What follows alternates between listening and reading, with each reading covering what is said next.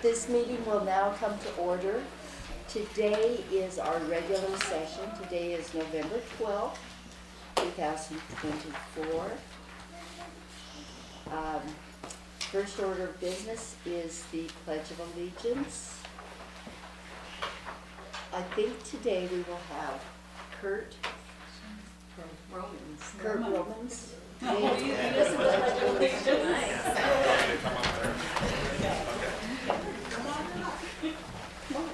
Pledge allegiance to the flag of the United States of America and to the republic for which it stands, one nation, under God, indivisible, with liberty and justice for all. Thank you very much.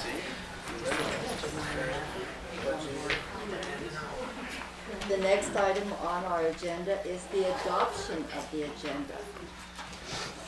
You've all had a chance to take a look at it. Are there any changes or amendments to the amendment? Excuse me, to the agenda? Okay, hearing none, we will adopt the agenda as presented here.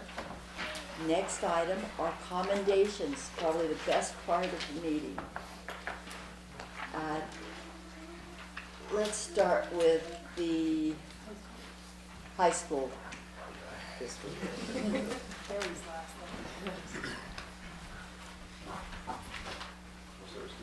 Sure. All right. So our student of the month for November is Jennifer Pascasio Perfecto.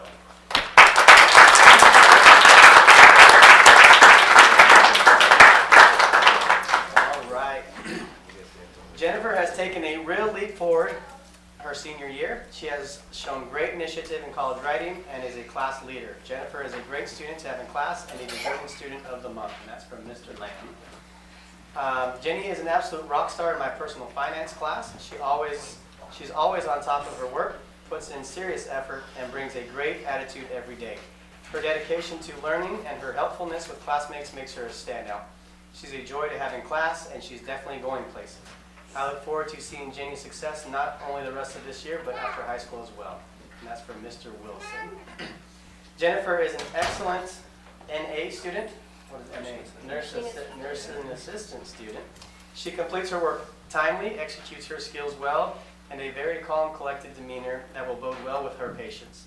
She works well in a team setting without disruption of other students. And that's from Mrs. Kelly Matos. All right, the next one's from Mrs. Beck. Jenny is an amazing person. In class, she's always working on something. She makes sure she has everything done and done well. Jenny has a lot of drive and wants to see positive change happen. She doesn't just want the change to happen, though. She has stepped up and is making it happen. She's involved in many different clubs and organizations. I don't think I could even name them all. She is speaking up and helping our school and community to be a better place. Jenny is almost always happy and laughing, and people naturally just want to be around her. She truly is a good friend and leader and will go far in life. I'm excited to see where that adventure takes her after graduation. Jenny, I'm glad I've gotten to know you better this year. You're a rock star. Keep being awesome. Mrs. Beth. And the last one from Mr. Sapp. Jenny P. is a wonderful human. She is busy with Pet Club, Student Council, HOSA, and Lord knows what else. She is helping our school in every way possible. She's a straight A student, obviously involved in school, and she is awesome.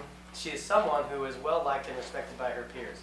Jenny comes from an absolutely amazing family with great parents and wonderful siblings, although I do not think Esteban got Student of the Month, so in his face. Jenny is going to have so much success in life that it will come as no surprise to anyone. Nissa School District is lucky to have her as a student, and I can't think of a more deserving winner of the Student of the Month. Thank you, Jenny. She's also a 4.0 student, if you didn't know, so, you know. And our senior class president as well.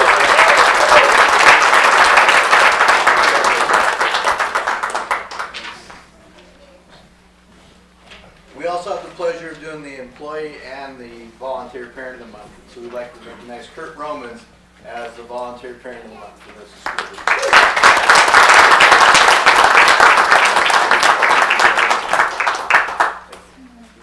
A few things to say about it. I got some thank you cards from the FFA group. Got nominated by quite a few people. You guys didn't know he worked with our FFA group before they went to nationals for almost a little over a month, right? Almost 6 weeks probably. So every 8th period he'd come in, give up his time, right? Be able to do that with them. But I've got some things from Mr. Cruikshank here. It says big time supporter in this FFA chapter, allowing our school district to teach and coach his own children for years. Supports the Mallet County Fair not only with his own time and money, but even goes further with helping out students in need of projects or making sure they're taken care of financially, or even a place to house their animals. Recently hosted the Oregon State officers in his own home while they're on a fall leadership tour here in the local area. Well, one of those was my I kid. know, it's pretty cool. State Vice President, by the way, which is pretty neat honor, nonetheless, right? Coach top 15 National FFA Convention Farm and Ranch Management Team. Team finished with gold honors. Supports her in this FFA banquet and alumni auction, not only with purchasing silent auction, live auction items, but also donating products for his own business. These funds go to seniors who are four-year ag students and apply to NISA FFA alumni scholarships. Was willing to help chaperone the national convention while helping student transportation to and from events. He's an amazing cook and made sure all students were fed and made a good impression on the stars, by the way. He even went as far as sponsoring a dinner on his business at the Weber Grill in Indianapolis, Indiana. He's basically amazing and involved. We're lucky to have his family in our community. Thank you, Mr. Romans, for all you've done over the years and the continued support. Mr. Cruikshank, and let's get that for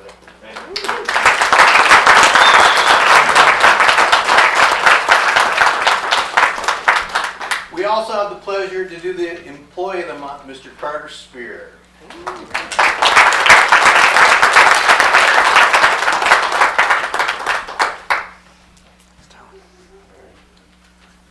All right, I'm going to read this. Carter's been a wonderful addition to the staff at NISA High School. It's hard to believe he's only been on the job since the start of August. It really feels that he's already an indispensable part of our NISA High School. Carter's displayed an impressive drive to develop and nurture relationships with staff, students, and community members. If you guys didn't know, he spent hours learning every kid's name in school, like going around, sitting at tables with them, like testing himself every single day who they were. While he's still learning aspects of the job, he does not shy away from assisting and volunteering whenever a need arises. It is fun to see the joy, passion, and professionalism that Mr. Spear displays on a daily basis. Carter consistently goes above and beyond in providing guidance, support, and encouragement to both our students and staff. In doing so, he's helping ensure that all the individuals he encounters during his day at NISA High School thrive socially and emotionally.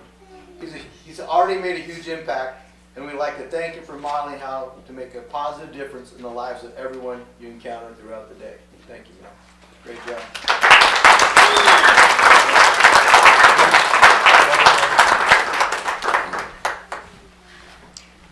We'll move on to the middle school. Okay. Well, today we have the great honor of choosing Damien Jacobo. So come on down.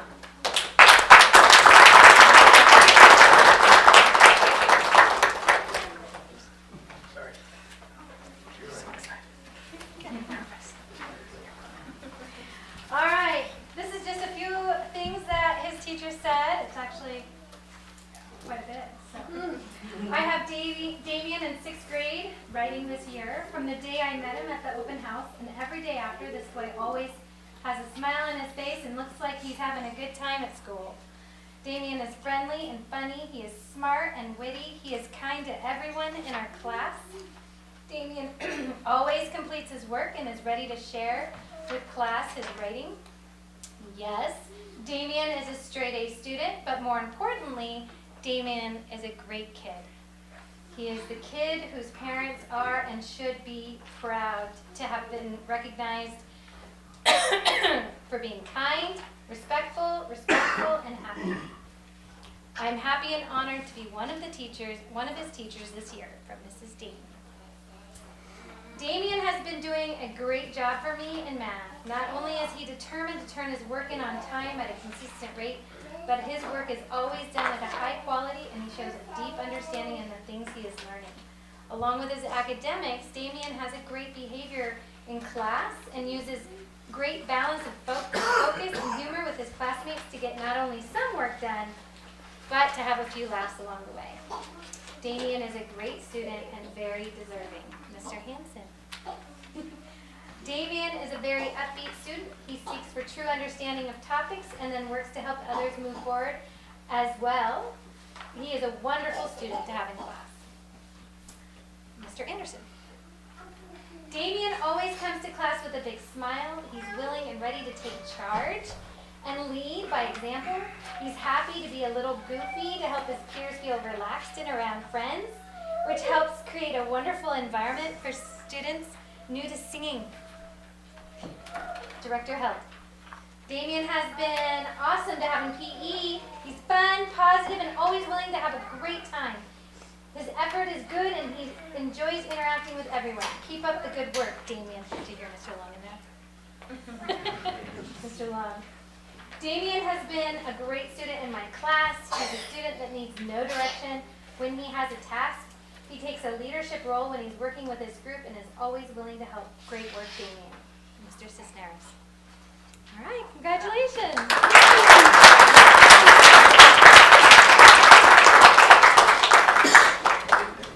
We'll now move on to the elementary school.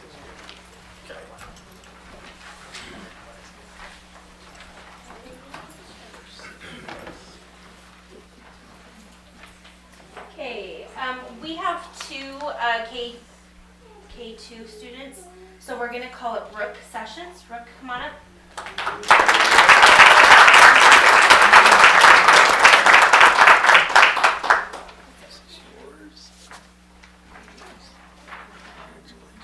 Okay, and this is what Mrs. Fulmer said about Brooke. Brooke is an amazing second grade student who shows kindness, curiosity, and willingness to learn each day. He eagerly participates, helps his peers, and takes on challenges with a positive attitude. Brooke deserves Student of the Month, setting a great example for his classmates and making our classroom a better place. Great job, Brooke, from Mrs. Fulmer. Congratulations.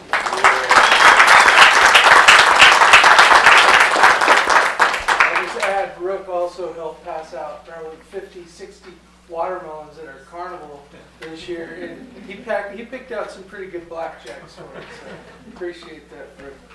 Is Lena here? Lena Thompson, is she here? Here's Lena. Okay, and Blake Cassidy is our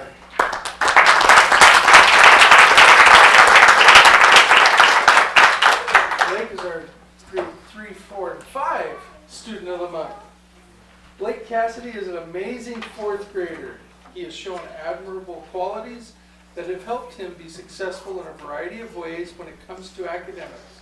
Blake is industrious. He tries to achieve the highest level of understanding.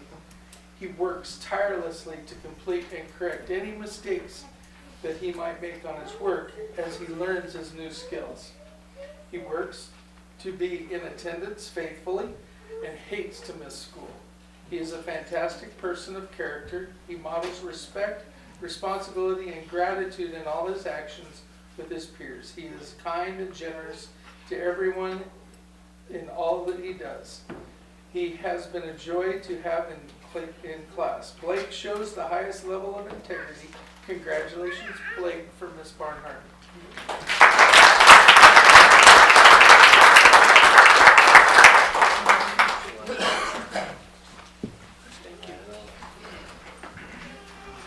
If our awardees would like to step out into the hallway to have your pictures taken, so we can put you all on the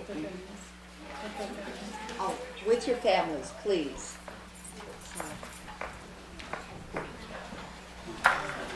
And you're all welcome to come back to our meeting if you'd like to.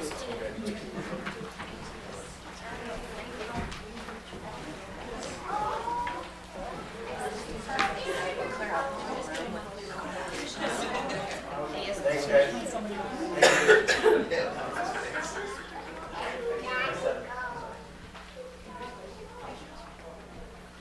As I said, that is the best part of our meeting. So now we'll move on. Visiting patrons and delegations, also a highlight of our meeting. The FFA Nationals So, Ms. Korn will give us an update on hers. They have one of their meetings tonight, so they won't be able to make it, but we will have an update for nationals from Ms. Korn during her portion. Okay, thank you.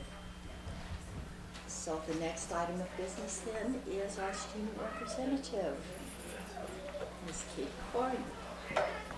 Okay, good evening everyone. As you can see, I'm back in the flesh this month. Last month I was playing powder puff football during the board meeting. I kind of wish I'd been here. We got destroyed pretty good by the sophomores and the juniors, but it was still a fun time. So before I get into everything that I have prepared on my note cards, I just want to say our high school commendations, awesome this month. Jenny, like it was mentioned, she's our senior class president, and she has just been absolutely amazing. Later in my presentation, I do like a little spotlight on one student council member per grade, and I was actually going to choose Jenny, but then I heard she was student of the month, and I was like, no, that might be a little bit much for Jenny, but she's awesome. And Mr. Spear has also been super amazing. I'll just share one quick story about that. I started working on my college applications like a month and a half ago, and I didn't understand part of the application, so I went to Mr. Spear and I said, hey, can we work through this? Do you know what you're doing? Because I sure as heck don't. And he said, no, I don't, but let's learn it and let's work on it. So he came back the next day and knew exactly what to do, and I just thought, wow, that was amazing. So Mr. Spear is great. Mr. Romans is awesome too. I've been friends with some of his kids, and he's just an overall great guy. So what I did have prepared today is we're going to do a little bit of a wrap-up on our fall sports. There's a lot to be proud of this season. Districts for cross country, our team was able to place second, which is super awesome. And then this past weekend, they had the opportunity to compete at state in Eugene, and they ended up placing 7th in the 3A category, which is super cool. They were the only fall sport to go to state this year. So big shout out to cross country. And then for girls soccer, we had a couple of players make the Eastern Oregon League team. Jasmine Piscasio on the second team, and then Courtney Carlton and Esmeralda Diaz honorable mention. Boys soccer, kind of same story. Raul Piscasio and Jose Musio on that second team, and then Tyler Young and Brian Musio as honorable mentions. Volleyball, we had Chloe Johns make the first team, Nevaeh Scott on the second team, Paisley Johnson, Amity Hartley, and Caitlin Griffin were all honorable mentions. Football, scored a touchdown on Vail. I haven't seen that in a long time. That was awesome. Highlight of homecoming, or not, that wasn't homecoming week, but highlight of that football game, awesome. And that was done by Jose Neri, who made the second team, as well as Julian Rios, Noah Fuentes, Joaquin Cuevas, Giovanni Sotelo, Jose Hernandez, Ian Esplin, and Braden Draper. And then a couple of honorable mentions for football as well, with Aaron Carrillo, Devin Dorothy, Trevin Draper, Valentine Miranda, Kevin Dorothy, and Nate Beck. So that's a little bit of a wrap up on our fall sports. Winter sports practice is starting next Monday or the one after? Next Monday. So that's our basketball and wrestling. Hopefully we'll see some good things from them this season as well. So like I touched on before, we had homecoming, and I feel like homecoming went pretty well. I've gotten lots of positive feedback from staff, from students. One of the best comments I got was one of the staff members said it was the best one we'd had since COVID, which I was like, yes, that means we're doing something right here. So we had tons of great participation with our Spirit Week. It was just a really fun week to be at the high school. And one of the funniest things was in the senior class, we have 4 boys named Jose, and there's 4 Prince spots on homecoming court. And the senior class came together and we voted for all 4 Jose's to be on homecoming court. So we're just all sitting there at homecoming coronation, and it's like, okay, your first Prince, Jose, your second Prince, Jose, your third Prince, Jose, and your fourth Prince, Jose. And then when they announced the king, the gal who was up in the announcing box at the football game just said Jose, and then paused for a while just to keep everyone on their toes in case everyone had caught on to the fact that, hey, they're all named Jose. So that was fun. And then we ended up having to make a cardboard cutout of one of the Jose's for coronation. Thankfully, he was able to be at coronation, but now we have a cardboard cutout that now has Mr. Cleaver's face on it. And if any of you read the Flat Stanley books as kids, he's making the rounds around the high school. He was in Mrs. Lazo's class for about a week. Right now, the Cleaver cutout is in the weight room just watching you as you work out. So that's been fun. Gotta love teenagers for that one. Another thing that we had for homecoming was Miss Reese was the Grand Marshal for our parade, and that was super fun. She got to lead our parade. We had Mrs. Holcomb's father-in-law had a really cool classic car that he brought, and she just led the parade, waved. She was so excited when we told her she got to be Grand Marshal. That was also one of the highlights of the week for me. We had 18 floats in the homecoming parade, which was awesome for participation. We had classes and sports and all the different great clubs that we had going on at the high school all did something. And I think one of the funniest ones was HOSA. They pushed around wheelchairs because they're the Future Health Careers group. So that was creative, and I liked that quite a bit. I also heard that it was the best attended dance that we put on in a couple of years, which I think is really great. I personally wasn't able to go to the dance, but also got plenty of good feedback on that. Which, of course, we do have to keep it real for homecoming week. We had a couple of little hiccups. For one, I dropped the ball and didn't get speakers for the dance, but we solved it. So I have to give a shout out to Valeria Torres, my vice president, for that one, because she really saved our bacon on that one. FFA did go to nationals. I think it's been 3-ish weeks ago, and that's in Indianapolis, Indiana. There were a couple different events that they went to nationals for, and the first was farm business management, and I've been advised that there is either a 14 or 15-year winning streak at the state level for farm business management, which that's pretty impressive, right? And this year at nationals, they were able to place within, I believe it's the top 15, and that's a gold honors. So again, shout out to Mr. Romans for that one. Probably wouldn't have been possible without him.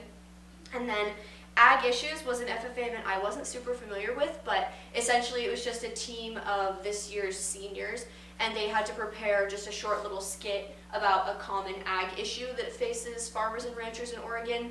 And it had something to do with wolf control and livestock, and I've seen like a couple videos of it, and it's pretty cool. So they did awesome with that, and they got bronze honors on that one. So that was super cool. Now the next thing I want to do, I'm going to transition here a little bit into what's going on in student council. I just wanted to do a spotlight on one of my student council members per grade, because I have some really awesome kids that I get to work with this year. And for this, I just kind of sent out a text that said, hey, you guys are my student council spotlight for the month. Can you just answer a couple of quick questions for me? And I'm just going to talk about you in the school board meeting. So for seniors, I chose Maria Ariola. She's been in student council just this year. It's her first year. And she also participates in HOSA, SMILE, PEP Club, National Honor Society, and Key Club. She says her favorite part about student council meetings is getting treats at the meetings and feeling like she's helping to make our school better. When I asked Maria why she joined student council, she said, mostly because I was encouraging people to join towards the end of last year, and she also felt like she could really make an impact in student council. And she thought, right, Maria's awesome. She's very soft-spoken. She's not super outgoing, but she's just a really great leader in her own way. She's really good at listening and hearing what we need, and she always brings really great comments to our meetings. So I love Maria for that one. For a junior, I chose Amity Hartley. Amity has been in student council for 3 years, so we've served together for quite a while. She also participates in basketball, volleyball, PEP Club, and FFA. She was on that farm business management team. And she says her favorite part of student council is the friendships and the memories, plus also the feeling of leadership that comes along with giving a voice to her peers in our meetings. She plans to graduate from NISA with her associates and then go to ISU to become a physical therapist. And she says that the reason she joined student council was to give a voice to her peers and to learn applicable leadership skills that she can carry with her throughout her life. And the reason I chose Amity for a spotlight is actually something that she did today. We put up our field of flags at the elementary school to honor our veterans, and Amity sent me a text in the middle of the day. It was like, hey, my dad just called me. He said that some of the flags are falling down and we don't want those flags to touch the ground, so someone needs to go get them. Thank goodness I had a free period, but I was like, yes, Amity, thank you for keeping an eye on what we're doing. So I really appreciated her for that one. Our sophomore, I chose Emily Cornell. This is Emily's first year in student council as well. She also participates in soccer, tennis, FFA, and jazz band. Her favorite part of student council is getting to set up for dances and activities, and she's really, really good at that. She always shows up and puts forth quite a bit of effort. She's pretty awesome. Her plans after high school are to go to college and become a pilot and fly for Delta. How cool is that? That's awesome, right? The reason she joined student council was also to give more of a voice to the student body in the decision-making process. The reason I chose Emily as our sophomore of the month for student council is she has been amazing when student council has helped out with concessions as a fundraiser. She knows exactly what's going on, and she's always willing to work with the money, and she's been super great with that because I've never done concessions before. So I really appreciated Emily for that one. Our freshman was going to be Ava Anderson, but she didn't answer my text. But Ava's awesome. She's a freshman, so she's, of course, still just kind of learning how high school works, but she's doing really great. What I really appreciate about Ava is if she doesn't understand something, she asks. She doesn't make assumptions. She always makes sure that she's super clear on exactly what she's supposed to be doing. That definitely bodes well for the future. So I do really appreciate Ava, even though she didn't respond to my text, but that's okay. I think the reason why she didn't is because she's in the play that's going on at the high school, and they probably have play practice, so don't quote me on that. But in terms of student council updates and our future plans, this first thing I wanted to talk about is back to what we discussed the first time I presented at the board meeting, giving kids a place to go where they feel like they belong and they have something to do. And I didn't even have to bring this one up. Mr. Wilson, who is also a newer teacher to our district, he's awesome. He's starting a Dungeons and Dragons club after school because he's my personal finance teacher, and he was talking about how Dungeons and Dragons, he personally loves it, and he knows that sometimes the kids who are into Dungeons and Dragons and those other types of fantasy games, they tend to feel a little out of place, and he wants to give those kids somewhere where they can go and they can feel like they're not being judged and they get to just be around people who have those similar interests. So that was awesome. I thought I'd bring that one up and just kind of tie it into one of the major goals that we have for Student Council. We did our Field of Flags event. Well, not really an event, but what we did was we fundraised. Some of you might have seen me and another girl from Student Council out there with our little bucket at the Miss Reese Court dedication volleyball game. We collected donations, and those donations went straight towards purchasing those flags. We ended up having enough for 48, so we didn't quite make it to the end of that chain link fence down by the elementary school. But the goal is every year we'll kind of do a similar fundraiser, and we'll just get more and more flags so that people in the community know, like, hey, at Mesa High School, we really appreciate our veterans and we really love our community. This year we were tentatively planning on doing a dinner for the veterans in our community, but since homecoming was kind of too close to Veterans Day, it just kind of fell through the cracks. And I think that's okay, right? It's a learning experience for all of us, but next year definitely be on the lookout for that, because that's something that I think we should really prioritize, is saying thank you to those people who do so much for our country and for our community. Field of Flags. The next thing we have on our docket is we're trying to think of a way to bring gratitude to the high school, because we have Thanksgiving coming up in a couple of weeks, and we want to bring that spirit of being thankful for the things that we have and hoping to share it with each other. So one of the ideas we've been tossing around is we have lots of bulletin boards in the hallway, right? And just taking a cutout of a tree and giving students leaves, and you can write something that you're thankful for on the leaf, and then we can share them in the hallway. So we have that reminder when we're walking around that, yeah, we're in high school, it might be the best 4 years of your life, might be the worst, but there's always something to be thankful for. And that was another goal that we had for Student Council, was bringing that positivity in. So I'm excited for this one. I hope it makes as much of an impact as we're hoping it does. After that, we're bringing something new, a new tradition hopefully, and that is a tip-off dance. I've seen quite a few other schools do it. It's basically like homecoming for basketball with a couple of key differences. So we would have a specific game that would be designated the tip-off game, and we've scheduled this for the first week of games for basketball. Boys and girls both have a game that week. Talked to Mr. Deanda about it. Shout out to Mr. Deanda. And then we would try to bring extra school spirit to that game. And then in terms of the dance, it's kind of like the reverse of homecoming or prom. We've done it in the past as Sadie Hawkins. Sadie Hawkins, we didn't get super great attendance for it, so we're trying to kind of rebrand, so hopefully we get a little bit more on that. But the gist of it is basically just, whereas normally the guy asks the girl to a formal dance, we would go more girl asks guy on this one. And then it would be a casual dance. I've seen quite a few people who will do matching t-shirts for that, which I did one year for Sadie Hawkins, and it was super fun. So I'm hoping we can get a little bit more participation with that if we're doing kind of a rebrand. So it was just kind of the same group of people that always went to the Sadie Hawkins dance, and I would like to make it so that everyone goes. So we'll see how tip-off goes. I'm a little bit nervous, but mostly excited to see how that goes. And then the week after tip-off, on December 12th, is our big service project for the year, and that is helping to deliver the Help Them to Hope food boxes to members of our community.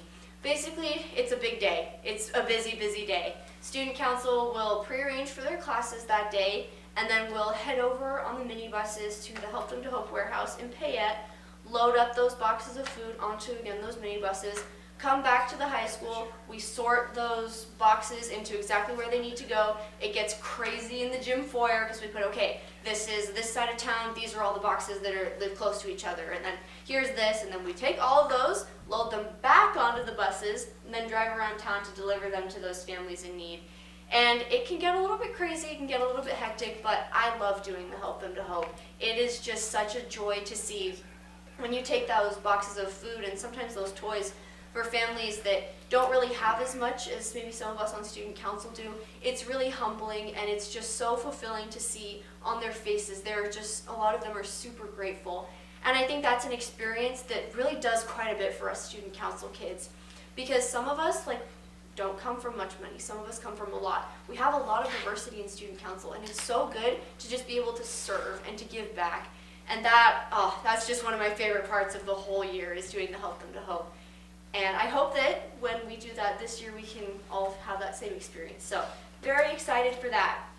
Before I close up, I would just like to ask if there's anything else that I kind of need to be aware of at the high school, or any other goals that you have that I can help facilitate. Any recommendations or questions from the board? You keep doing what you're doing. That's amazing. Yes. You're doing good. Thanks. Thank you. All right, thank you guys.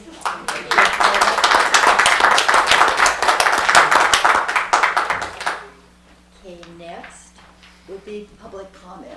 Do we have any public comment? Okay, since there's no public comment, we'll move on to the superintendent's report. Mr. Hawkins. I got nothing left. She took it all. No. I love Ms. Corn up here and giving those updates. She's a great representative of our high school. So I would say good evening, everybody, and I'd like to start out like we always do, and getting a quick update with Mr. Murray on 1C. Good evening, everybody. First off, as you know, we have a plan to return the over-allocated funds to ODE, and we are just awaiting their approval of our plan in order to do that. That was the over-allocation of funds based on the over-identification of students over the past 5 or so years, not including last year. Number 2, we're just finalizing the hiring process for our new family engagement elementary specialist position. Should be completed here in the next few days. Number 3, our enrollment numbers have crept up just a little bit. We're now at about 160 students in the program. And then the last thing to mention is on the 4th of December, we have our next migrant PAC meeting, Parent Advisory Committee meeting here at 6 o'clock in the boardroom. If any of you would like to attend, please let me know. And in fact, if you would like to say anything to the group, let me know and we'll put you on the agenda for that. Thank you, Mr. Murray. I appreciate it. What date was that again? The 4th of December. 4th December. What time? 6 o'clock.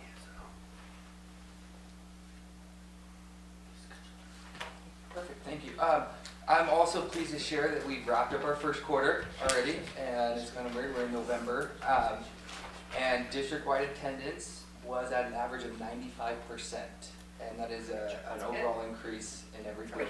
It is good, thank you, Mrs. Bordeaux, I appreciate it. And that is a large increase in for overall in the district, and extremely proud to see those numbers.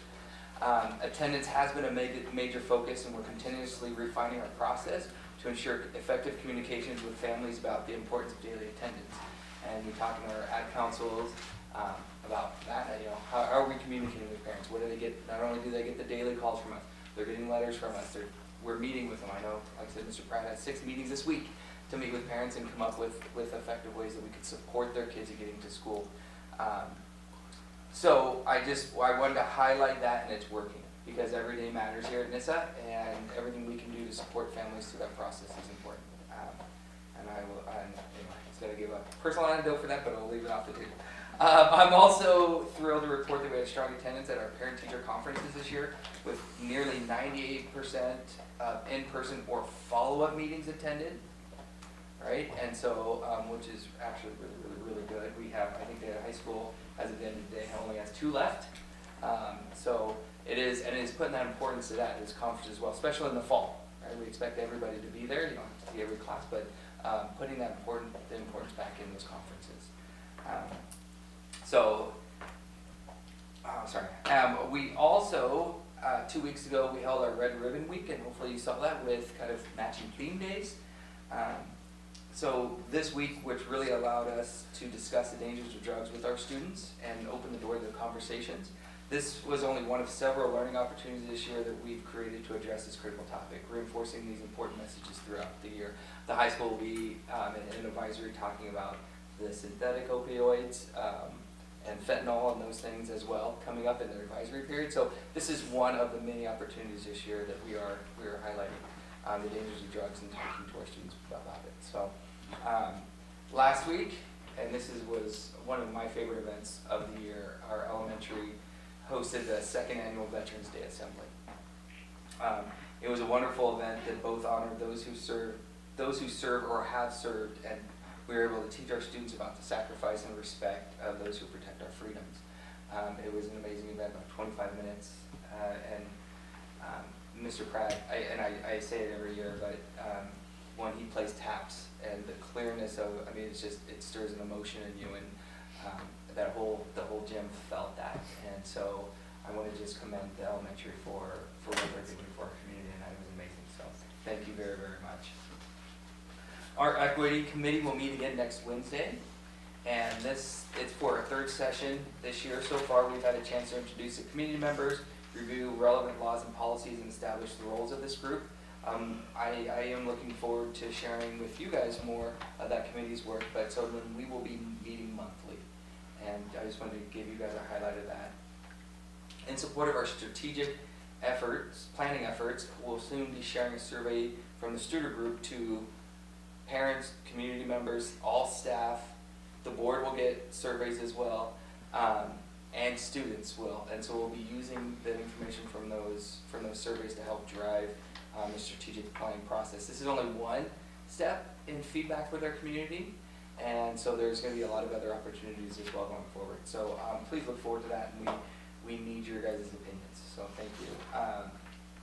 I'd also like to mention that I, along with 4 of our board members, attended the annual OSBA conference in Portland.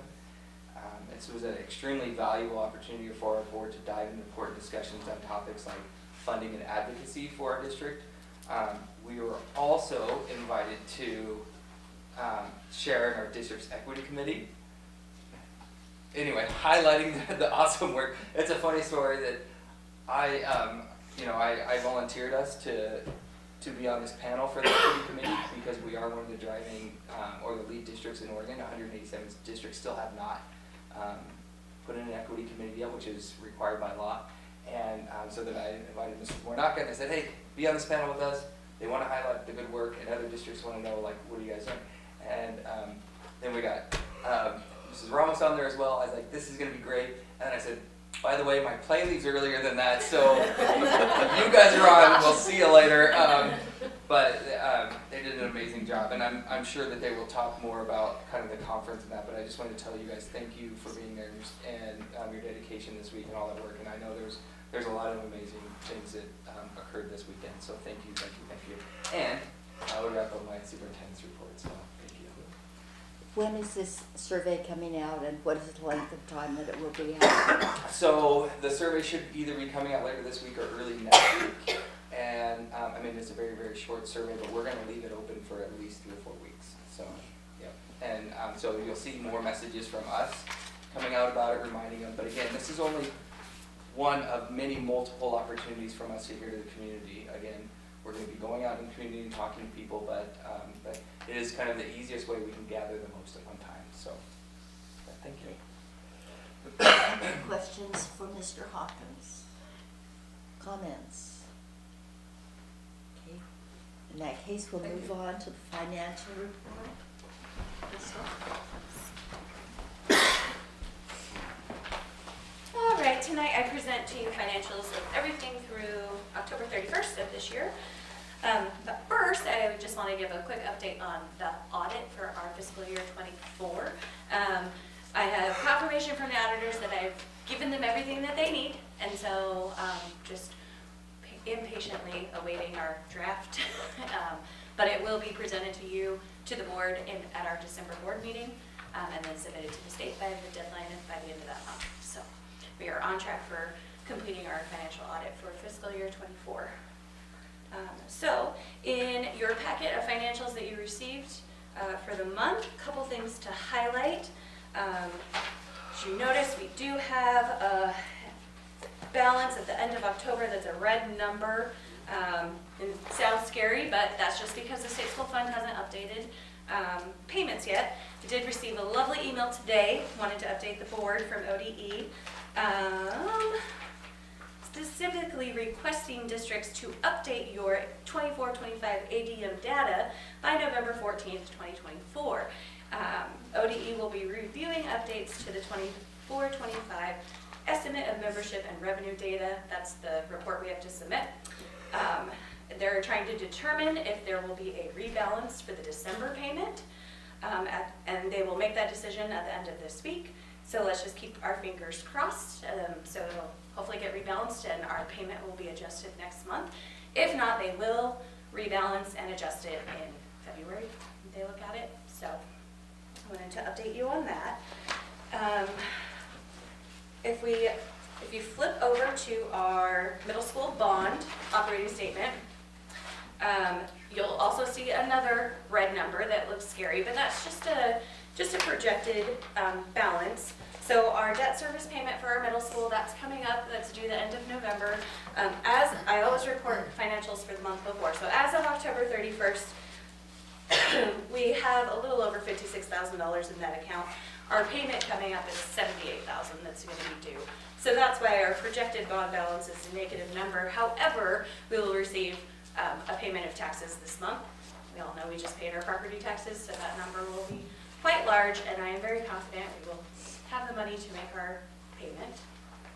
And then flip a couple more pages to our food service operating statement. Our food service ended the month approaching negative $10,000 in the red. I wanted to point out that we only had 18 days of service for the month of October. We did take a day off for parent-teacher conferences, and also we don't go to school on Fridays. So just showing you the trend of taking away school days. It does affect our food service program, but monitoring food, editing menus, trying to adjust and keep that negative to a minimum. In addition, you have the approval of the bills. Everything that was paid out from October 4th to November 1st is when I ran this report. And then finally, if there's no questions on any of those payments, it's the payroll report for the month of October. Are there any questions for Crystal on the financial report? So next month I will, she won't give her presentation during my session, but you will see our auditor, Chelsea Hewitt. She will be here to present. That's it. Kind of want to give a shout out to Mr. Hawkins. All the different monies coming in, the state is just keeps putting more financial reports on my office, and it's just building, and Mr. Hawkins has really helped me out to complete reports and in a timely manner, get them off my plate. So, thanks, Mr. Hawkins. Scared me from whatever. Just wanted to say that. Okay. Sorry, were there questions? No? Okay. No questions. Thank you, Crystal. You're welcome. Next on the agenda is the consent agenda. We've all had a chance to look at it. Are there any questions? Any comments on the consent agenda? Do I hear a motion on the consent agenda? Any questions?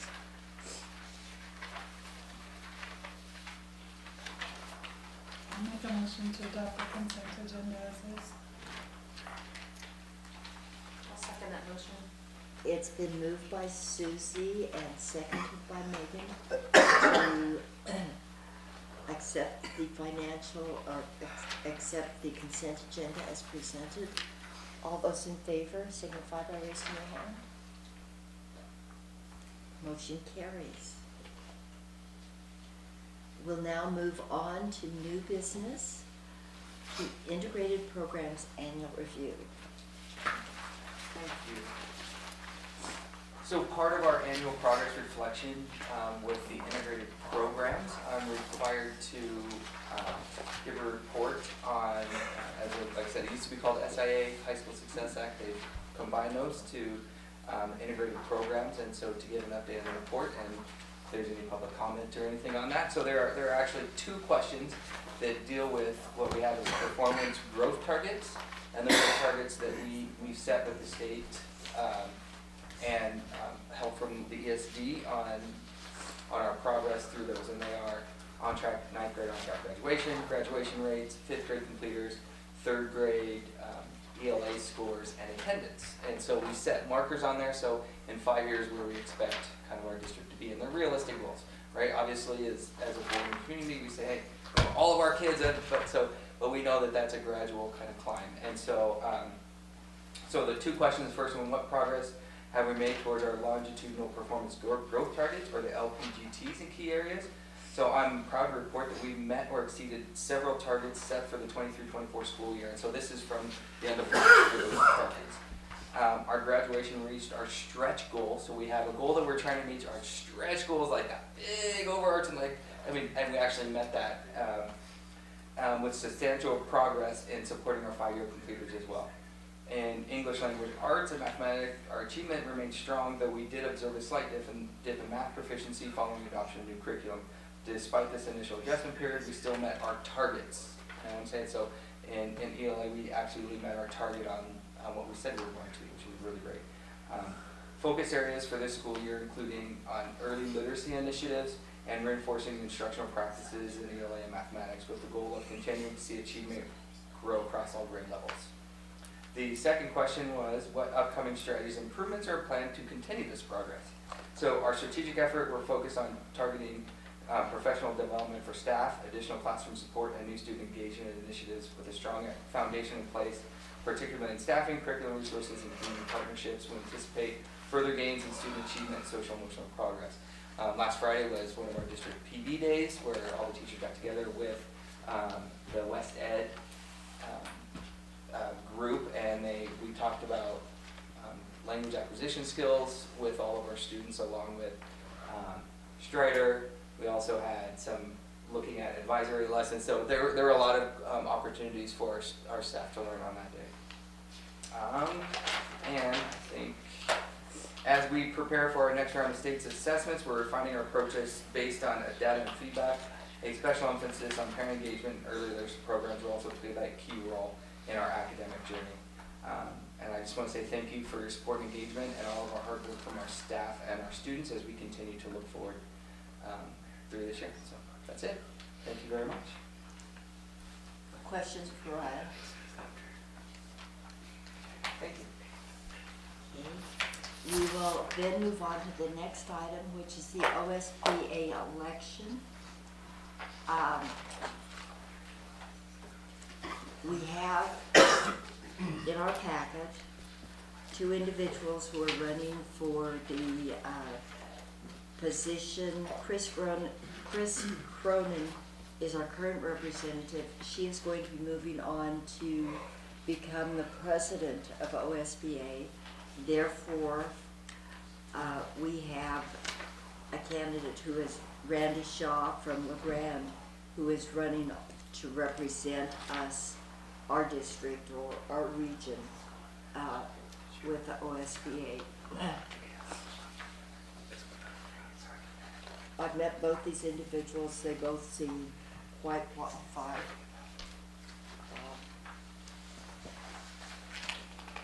The nice thing is that Chris is very, very familiar with our district and some of the issues that we face.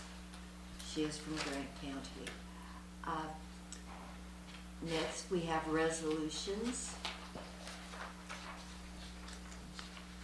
One of the resolutions is the OSBA dues schedule. OSBA has not had an increase in their dues since 1998. And they kind of like to, have a little bit more money to do some things. what this will do at the end of 5 years is basically it will double the amount of money that we pay in dues to our SBA. And I would like to remind you that as far as the monies that we spend in dues, that small schools like us are the ones who typically make the most use of the services offered by PACE. And some of this money goes towards that, towards those services.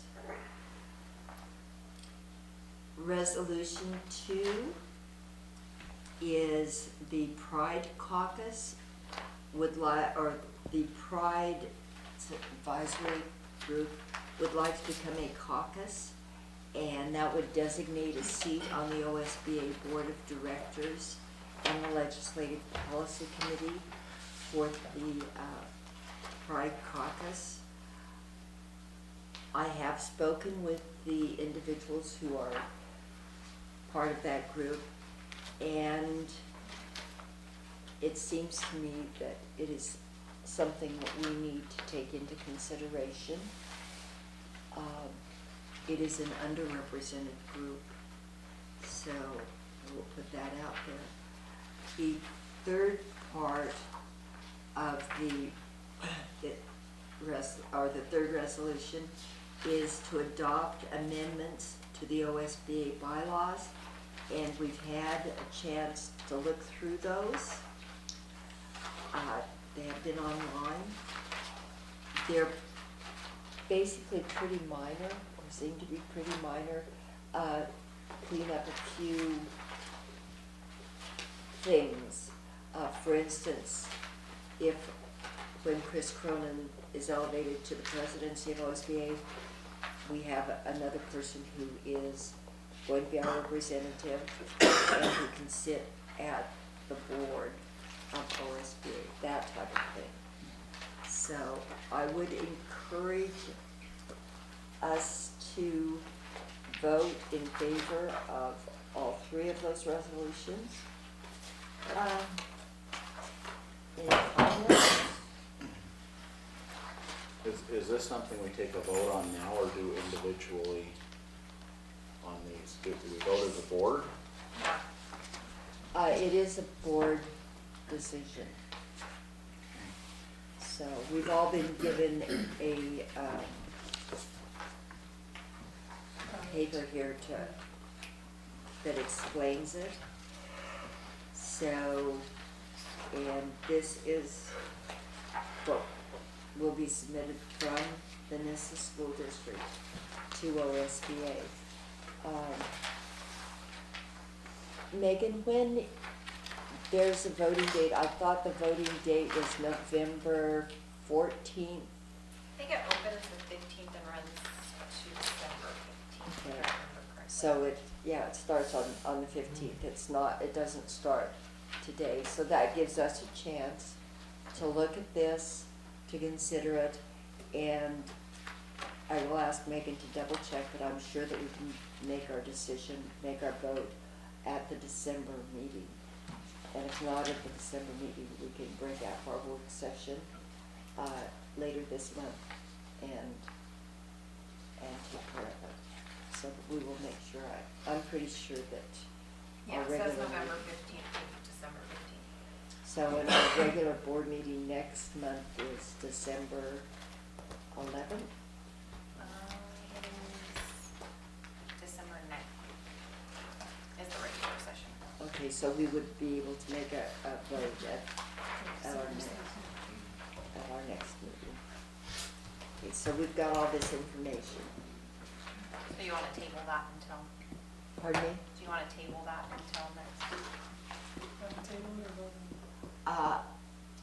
I would like to table it until our next meeting, in large part because the voting is not open until November 15th. Okay, but we do have the information, so we can. For what our fees are? Yes. Yep, I'll send them to Ryan and he can send them to us. Yes. Yep. And I would like to say that's some of the large schools, their fees are pretty big, 25,000. So, OSBA did cap for those schools, cap the increase at $10,000. So in some of the small schools, the little bitty schools that have like 15 in their high school, their dues are like $200, $300 per year. So, you know, you need to keep that consider that.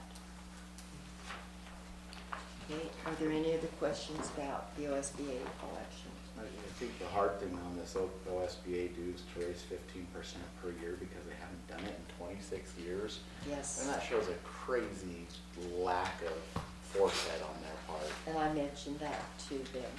Yeah, I mean, I'll be honest now, we don't have, I'm not gonna go on it for a month, but I really don't like any of the 3 resolutions they put in front of us. Okay. So, at our work session, which we will have later this month, we will probably have a good chance to discuss this before we, finally vote on it. Okay, we will, are there any other questions or comments on the OSBA election? We'll then move on to the next item, which are the reader boards. All right. All about literacy. Yeah. Let's start reading. So, all about literacy. So the digital reader boards that we currently have functioning in the district are antiquated and cannot be repaired, and so charged by Superintendent Hawkins to look into this opportunity that we have to look at 3 different companies. I called Ontario. They referred me to a place in Boise. I called as close, tried to get local vendors, as local as I could. But all 3 of them come out of Idaho. IE Signs out of Boise, Idaho came out and took a look at the signs, both the high school, the double-sided reader board, and then the one at Adrian and Thunder Egg right in front of the elementary school, 3-sided. Looking at that, so Golden West also came out, and after our work session, I called them back, and he came back out and he re-looked at the high school one to include into a package deal. And then Superior Signs out of Caldwell, they came out, and actually, he did not come out. He called me and he took everything off of Google, which was interesting. So he got his measurements off of Google and tried to figure out what we wanted. That particular company also did not include any demolition. That was going to be left up to us. So I was like, I have a Sawzall, but I'm not going to go out there and cut those things down. I'm going to let somebody else do it. Do the power off? Yeah, sure. I don't know if the power's off. I'll find out.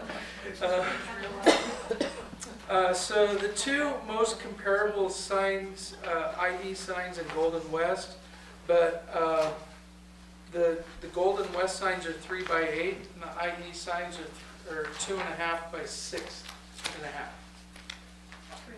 So yeah, they're bigger. Also, the Golden West had a very nice, clean cabinet box that would go over the post advertising Nissa School District, and had 3 reader boards, and they were very well displayed so you could see the reader board on either road that you're at, as well as the high school. Those would become about a foot wider and about a half a foot taller, with illumination around the sign so you could see it at night. And the illumination sign at Adrian, also at the elementary school, would illuminate at night. So my recommendation, after all of this and learning a lot about display reader boards, and with the best pixelization If any of you have driven through Parma and seen the sign at Parma, where you can actually write on the reader board, and it can be different fonts, different sizes. That's very similar, although that's a 16 millimeter, and ours would be 10, higher resolution with a 10, much higher resolution. So it's actually going to be more closely related to some of the signs you'll see in Boise, such as at ICCU, St. Luke's reader board signs. So very good. The other thing also was that you had asked me about was the warranties and guarantees. Warranties and guarantees coming out of Golden West had the best warranty and guarantees with their work and workmanship. So I think you have all those in front of you. And did you have the warranties on? Yeah, I got it. It's in your packet. It's the last page on there from Golden West. And I will say, I also, Shay and I are on the same page, and we're both recommending Golden West for the product. We wanted to go way bigger on the high school sign, but I know that the end is like sleeping at night, and they don't need to look like daytime all the time. And so, no, it's actually the appropriate sign for out there. And so, yeah, so our recommendation is that Golden West. How long will it take them to make them before they can get them installed? Since Golden West already has prefabbed them, they're going to be pretty quick. Turnaround 3 months, start to finish, because they've already got it engineered and designed. The hardest part, the software also, utilizing the software Watchfire will allow principals, if they want the power, I don't always want the power, but change the reader board from their phone. It's that simple. I don't have to sit in the sick room and change the reader board anymore. Nor wait for the child to come out after they're done vomiting. So That's where I have to sit right now. So we have capability for a much higher resolution reader board, a lot more visibility, marketing for our district, giving.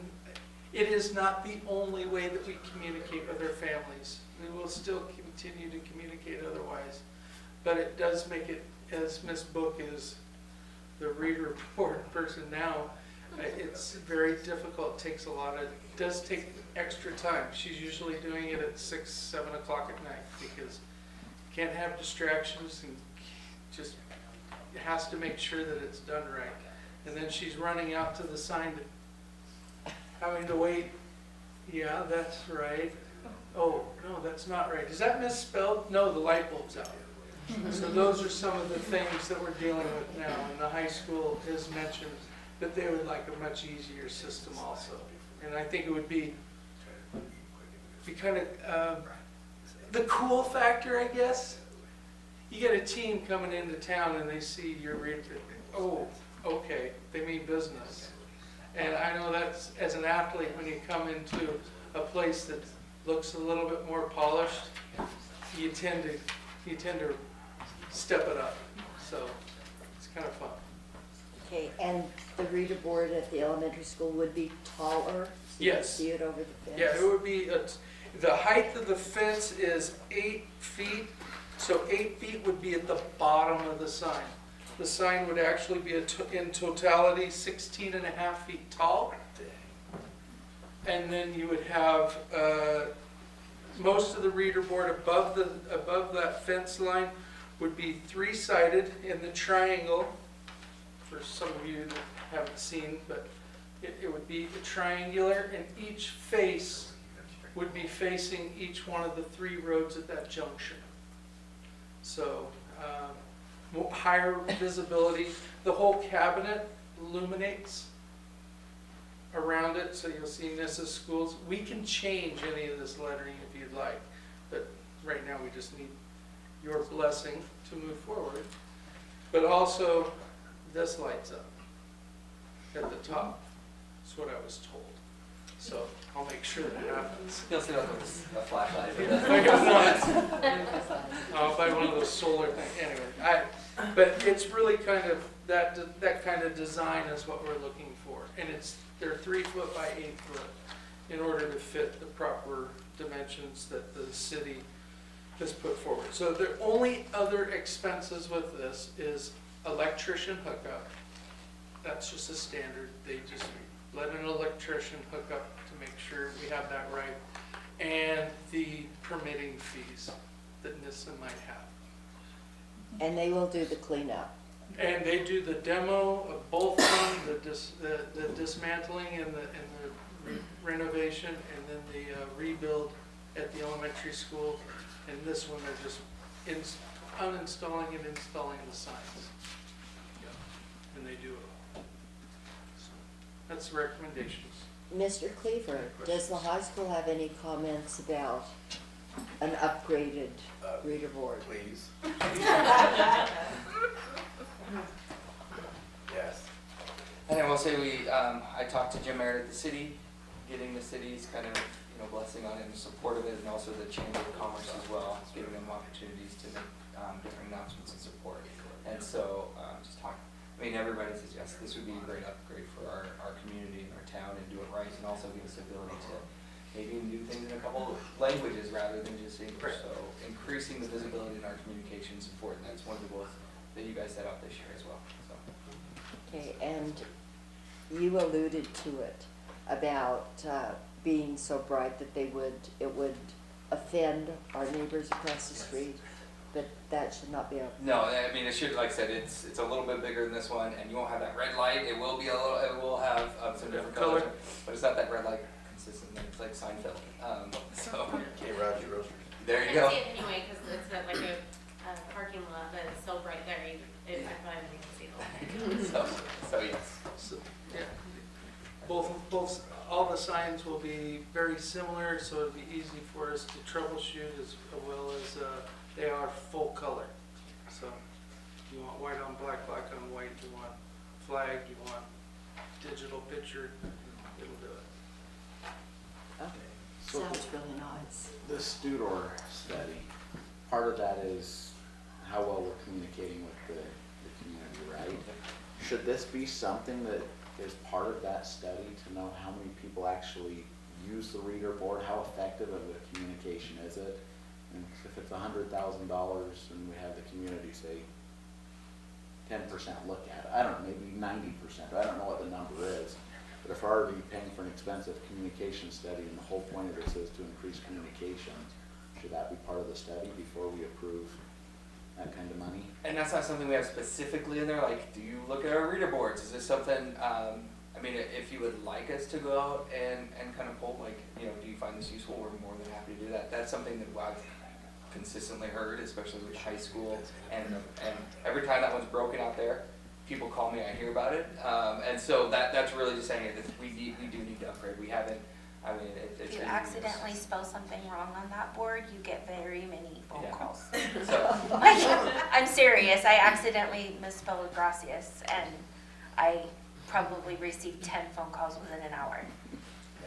So yes, they do look at it. So we know that people are looking at Yes. it. oh yeah, and a lot of people do look at it, but again, if that's something the board would like to charge, if you guys don't feel comfortable making this right now, then I'm more than happy to try to gather that information. But it is, again, you guys point me in a direction, I will go for it, so. I will say that I do read the reader board driving in and out of Nissa. So, Yeah, there's our movie night, by the way. Shut down the intersection. In like 3-second clips though. Yeah, it's No more animation than 3 seconds. yeah. are there any other comments?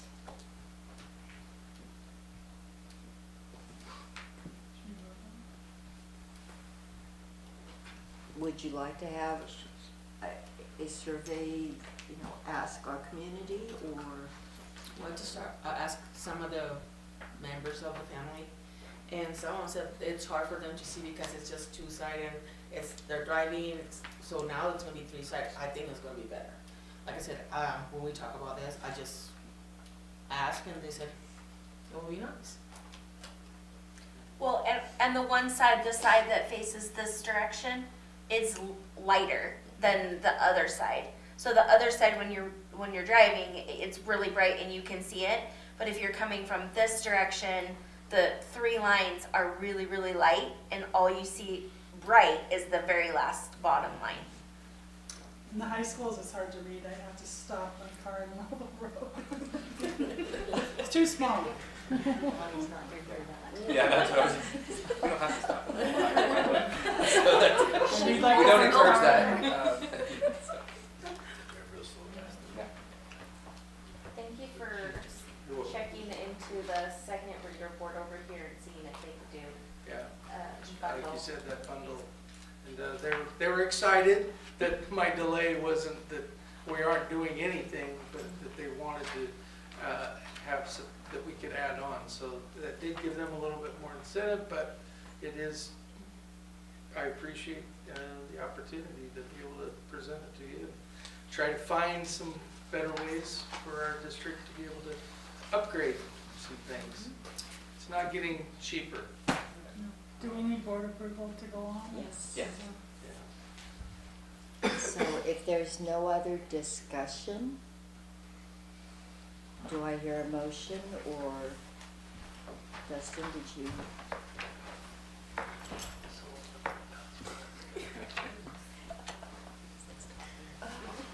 That's right. We've had enough mediation today. In that case, do I hear a motion?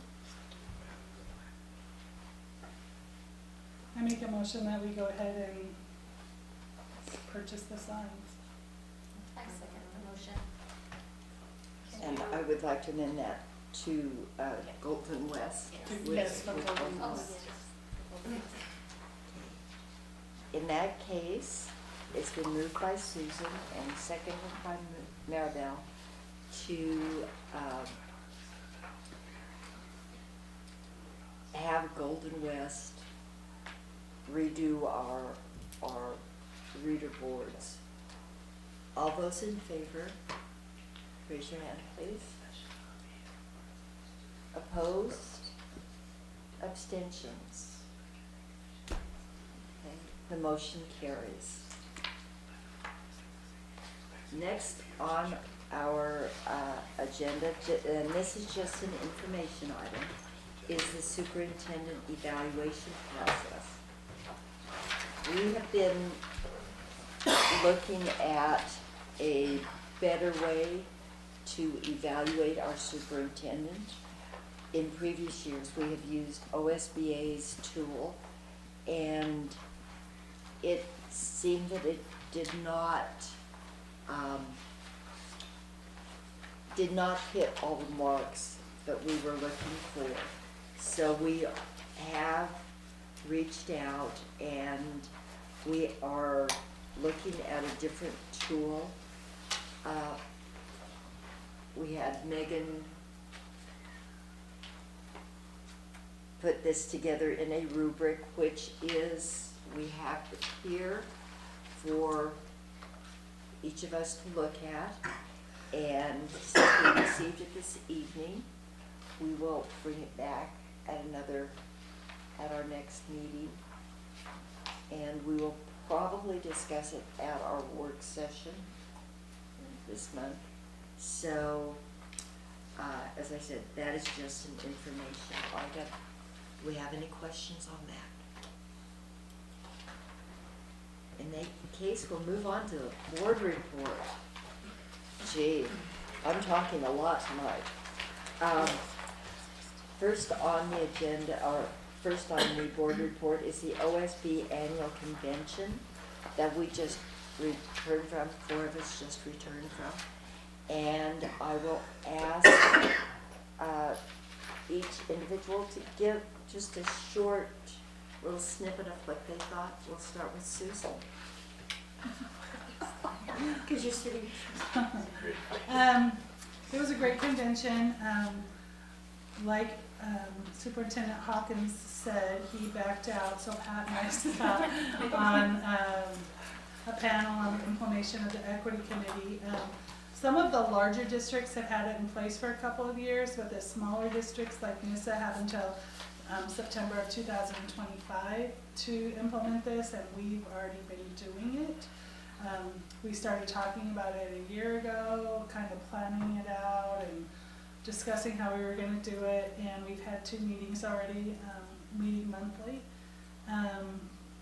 We learned a lot from the larger districts, and we shared our processes with some of the smaller districts that haven't started yet, and we learned a few things that we can do and haven't done, so that was good. I don't know if we want to call it our motto, I don't know.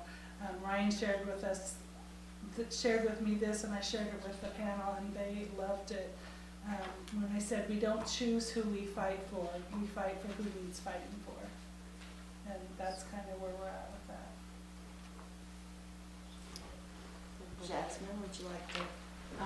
Well, I'm new here, but I really like all these conventions, and especially like you said, Susie, there's a lot of large schools. The boards are like with so many members, and I think we learn a lot. I have a big list of stuff that I want to share with the board, but it's when I have time. But I was really paying attention on the suicide prevention for the kids. I really love that workshop. Thank you. Maribel. Hi. Oh, and let me announce to the world, Maribel has been elected Secretary of the Color Caucus at OSBA. She hasn't seen the work she has to do yet. So, but go on, Maribel. They said an hour a month, so I'm like, all right, I can handle that. So just, just from start to finish, I was like, oh my gosh, I needed to be here. I didn't know I needed to be here, so it took forever for me to respond to Megan. Hey, I'm gonna go. So what are we? Board members? Yes. My board member. I don't know. They're not really coworkers, but they didn't even know I was going. Only Megan knew. I kept it top secret. But as soon as I registered, I looked at the back of the T-shirt and it said "All in for students." I'm like, that's pretty cool. And it was blue. It was our NISA color of all. Yes. So then I was like, all right, this is kind of cool. Then later, one of the speakers said, serve students with love and justice. And I'm thinking, all in for students and serve students with love and justice. Like, I really needed to be here. And then I went to the color caucus, and then they're like, we need a secretary. And I'm like, okay, I think I could do this. So I really enjoyed it all, and just keeping in mind that we're here for our students. So I did mention to Ryan that I do want to be in the schools as much as possible. Of course, never unannounced, but just to get to know the kids. And so that's where I'm at. Okay. I, of course, have a lengthy. She said keep it short. Yeah, you said keep it short. Yes. I will say that it was a good convention. Some of the speakers were a little bit redundant compared to previous years. The one thing I had the opportunity to do was speak to Emily Nitzik, who is the OSBA Executive Director now. Very different personality from Mr. Jim Green. And I also took time to network with some other board members, learned a lot about, how they operate, how they set up their student representatives to the board, how most of the schools on that side of the state, on the west side, are still 5-day-a-week schools. They're very curious as to how we handled a 4-day week and, how our scores were, so that kind of thing. I was disappointed that one of the keynote speakers we've heard before, he did change up his speech a bit, but we had heard him last year. The other keynote speaker spoke about AI, which was very interesting, being able to use AI properly to be a tool, because it's just like everything else we have. If used properly, it can be helpful. If used improperly, it can be damaging. So, Susie and I had a very entertaining time being on the panel for the Equity Committee and speaking with a lot of people there. I also attended the Legislative Policy Committee. I spoke with people from David Douglas, which is a small district surrounded by huge districts, and got their perspective on a lot of things. Also, I spoke to a gentleman from Corvallis who had been a board member for 3 days, and he was very interesting, and he and I talked a lot about the proper use of data, and that is something that I think our board needs to work on, is how to use data more correctly or more precisely. It was a good convention, and I think I've talked enough. So, with that being said, if there are no other remarks about the convention, I would like to announce that we are going to have a work session on December 2nd at 6 o'clock. We'll get items together for our work session. And are there any other comments from our audience, our administrators, our business manager? Any board members? In that case,